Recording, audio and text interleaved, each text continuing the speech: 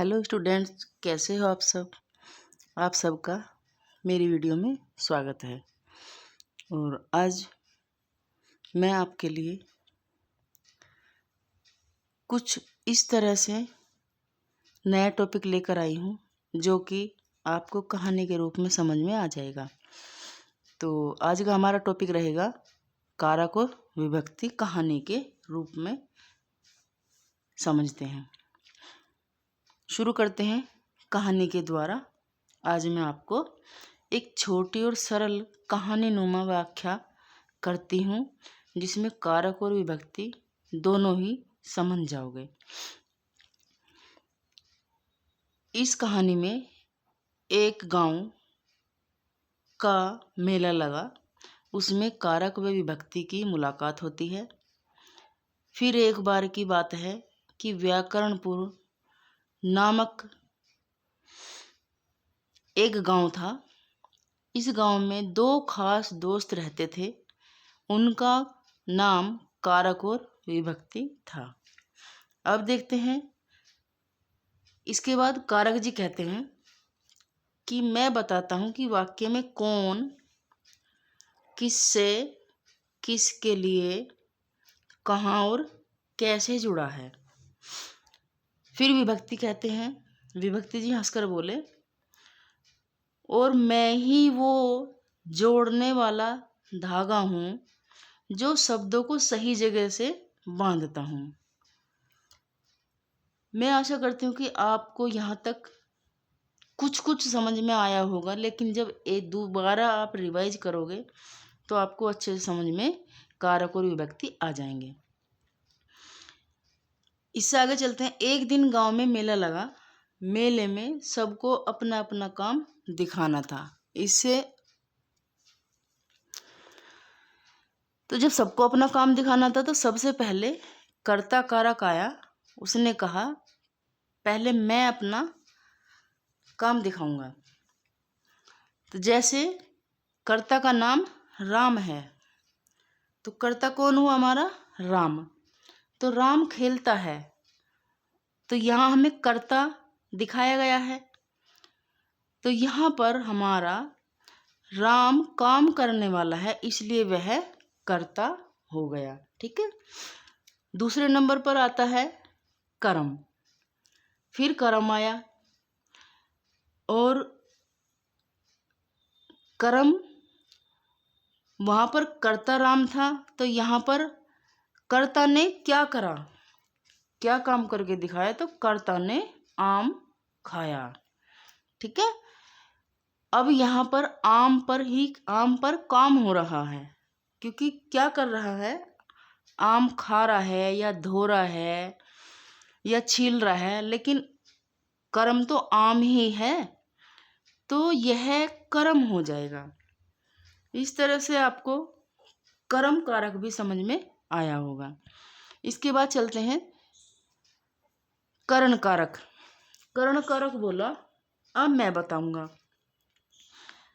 तो राम कर्म वहां हो गया, तो राम ही सभी कर्तव्यों को इनको दिखाएगा।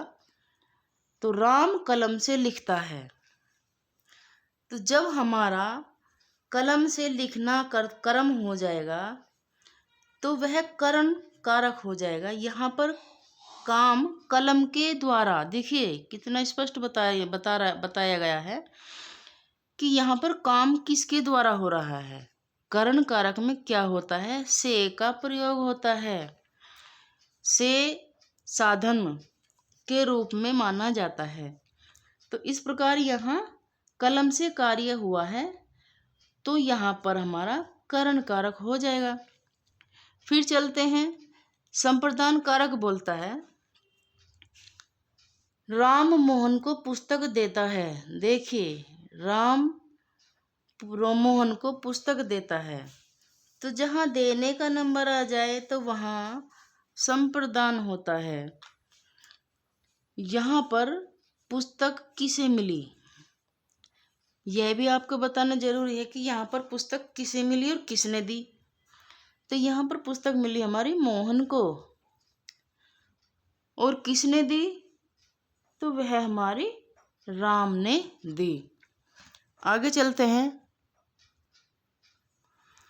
इस प्रकार अब पांचवा कारक आता है अपादान। अपादान आया, अपादान का काम यहाँ पर आता है। अब देखते हैं, राम गांव से आया, यानी कि राम व्याकरणपुर में था, अब अपादान गांव में आया। ठीक है, व्याकरणपुर में से आया और अपादान गांव में आ गया। राम गांव से आया, यह तो बताया नहीं है कि राम कहाँ से आया है, लेकिन वह एक गांव से अपने घर वापस आ गया। तो जब ये वाला से आ जाए, गांव से, शहर से, आगरा से, बरेली से, तो तब हमें समझ लेना चाहिए कि हम किसी गांव से, उस गांव से अलग हो गए हैं। तो यहाँ पर राम गांव से अलग हुआ देखा गया है, इसलिए यहाँ पर अपादान का कार्य कंप्लीट हो जाता है। अब देखते हैं 6 नंबर पर, फिर अधिकरण कारक बोलता है कि राम पेड़ के नीचे बैठा है। अधिकरण में के में पर होता है,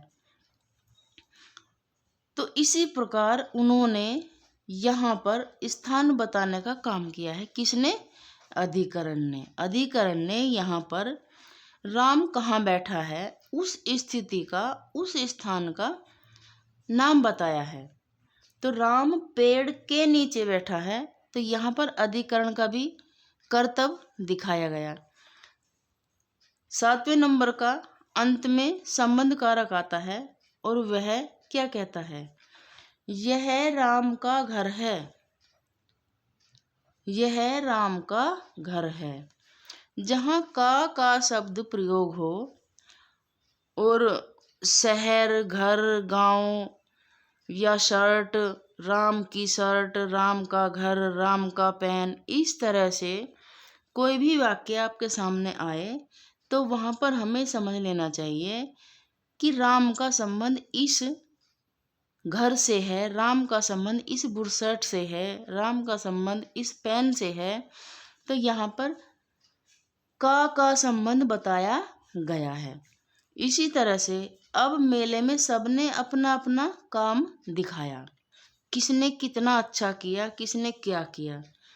अब विभक्ति जी आते हैं।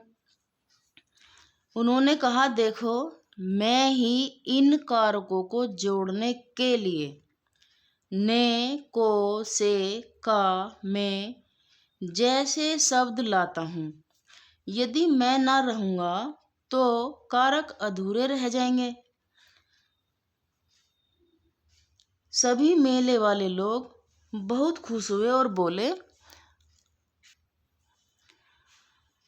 इस तरह से कारक वाक्यों में शब्दों के कार्य को बताते हैं। विभक्ति कारकों को जोड़ने वाला चिन्ह होता है, चिन्ह शब्द होता है। इसी तरह से आज की मेरी वीडियो यहीं पर समाप्त होती है। जो आपको मैंने कहानी रूप में ये कारक और विभक्ति आपको समझाए हैं, अगर आपको अच्छे से समझ में आए हो तो मुझे लाइक करना, कमेंट करके बताना और सब्सक्राइब ज़्यादा से ज़्यादा करना, ताकि मैं आपके लिए और छोटे से छोटे सरल भाषा में कहानी के रूप में आपको ये सब मैं बता सकूं और आपको ये सब वीडियो मेरी लाभदायक हो सकें। ज़्यादा से ज़्यादा मैं आपसे क्या कहती हूँ, आप ज़्यादा से ज़्यादा मुझे लाइक करें, सब्सक्राइब करें, कमेंट करें और ज़्यादा से ज़्यादा मुझे शेयर करें। मेरी वीडियो को देखने के लिए आप सबका धन्यवाद।